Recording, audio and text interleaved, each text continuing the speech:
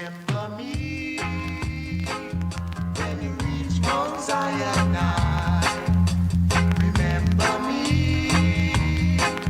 when you reach on the other side. For I will praise Him with all my heart and soul. For in Him is the fountain of life. And in this life we shall all unite. Always select is thy loving kindness. The words of Jah are true.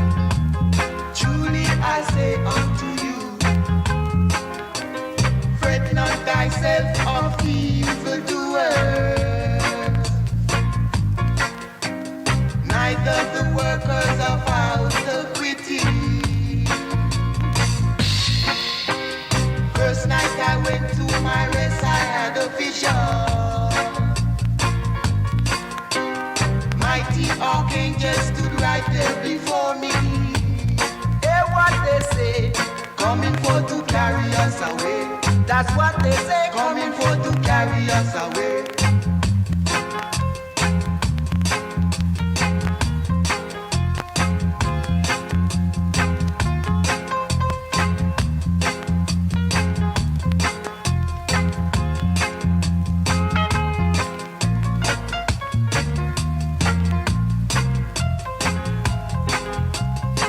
Greetings. Yes, we try a thing and it seems that we're there again. But if you get any buffing, and I saw the environment, the things that we are going, the things that is happening to us and the country and all the experiments and whatever, something. You understand? So we give thanks to Almighty for this opportunity there again. We want to talk about the deception. Deception is a serious thing, you know. And we want to remind us that racism is still there now. So nobody should go asleep and think say that because whatever is taking place that somehow black people, we have been exempted. No, man. No, man. Yeah. But we have the sister here that say, I'm going to jump about the place, you know, and try to do it quick before anything happen with the transmission, you know, because there's something. But this sister here from the police, Miss Williams. Miss Williams is an undistinguishable top police officer for more than 36 years, unblemished service in the Metropolitan Police. And she resides in Nottinghamshire, you know? Yeah, Nottinghamshire. And also London and beyond, you know, because she was down here at the Grenfell tragedy and show a lot of her allegiance and alliance to the service down in London and her comrades. This woman now is on the sexual register for some situation where I don't know how the family them work this thing out, because somebody in her family sent her a WhatsApp something and you see the thing start already. Them sent a WhatsApp something to her and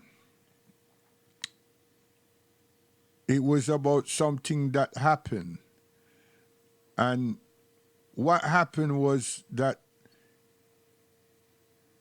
how it happened that somebody got to check her phone or whatever, she was brought up concerning it. And that's like right now, that's why I chose this to look at, you know, and say something about. It's like right now, there's so much people at home, always in the house. Everybody, not we, everybody, most people, them have so much time on them and you have people that sit down, even when they didn't have so much time on them and they just sit down and write things, like gossip columns. And them create all kind of havoc.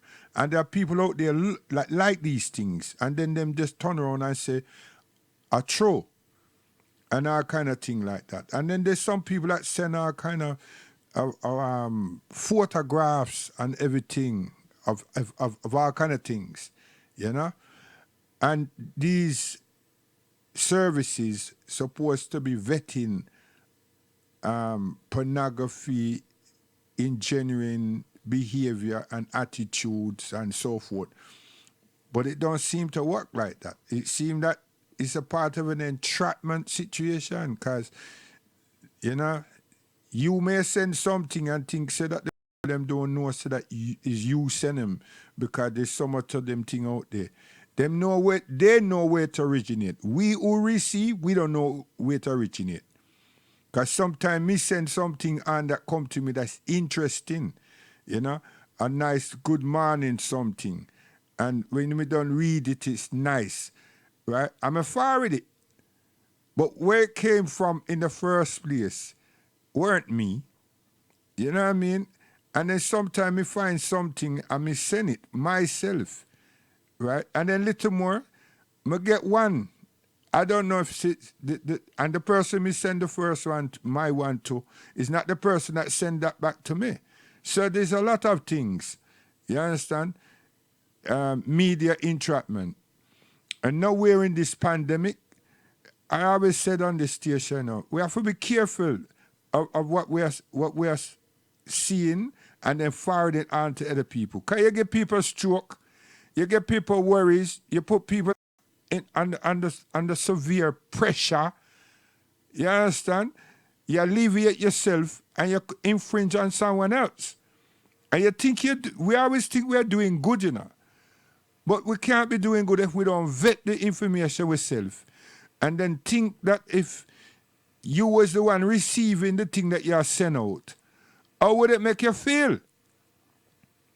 We have to be serious, take responsibility. And if our children is in these kind of things, we have to just tell them, say, don't bother with that. You understand? And don't bother sit down at home and say, him a talk about old people. Listen, emotions, our soul, our nervous system, we are human beings. It not strike young and it don't hit old and leave young. Now stop that foolishness. You understand? Everybody out there frightened. We all are cautious right now. We're in the dark. We don't know what's going on. So somebody send something, they'll come tell you now, beside 5G, this, that. Right? The people have already gone on the radio and the television and everything for make we understand say, that anybody will talk about magnetic forces and electrical forces are conspiracy. A lie. But it's just because the people that more say don't have no real training on that or no experience about static electricity. Right? They don't have no experience, perhaps, I shouldn't even say that, perhaps, on radiation, right? And so forth. And what level of radiation we are talking about that's in society. Radiation did a long time, from mobile phone come. Some of the people that didn't know weren't born when mobile phone first coming up. Them big box thing, a big box like a variety, vanity case, a big black side thing with headphone with a handset and an aerial. One big something, before this small thing come here. So people have to try understand and the thing about this magnetic and static electricity. You see, because there is something, but how far they want to tell us, them just already make it known and say a conspiracy theory. So now what happened? everywhere you go now, somebody has said something, and there's a whole heap of thing, and you know what I mean? And where the thing could have been dealt with different, especially in our communities, we've lost the opportunity because we're not very good at disseminating information. So it's like the child shout out, "Wolf, wolf," and everybody come run for rescue the child. The child start laugh. Next time, "Wolf, wolf." People them rush again. Child laugh and run gone. You see the third time, everybody in the village say, "I him again." It's him again. It was him again, but this time it's real. Yeah? Them yam him up. Now, that lesson was taught to us as children. Now we're in a transition of life and changes and years. How much of us that are grandparents and we have family, we have told that story to? Very few. This is what the problem is in the African Caribbean communities, sectors. Huh? You understand? So out of this situation, we must relax and get our pens and paper and pads out and make notes, because there's so much to learn out of what is happening. Because we know we need to change. We know we need to do a whole heap of changing, and we have to look at responsibility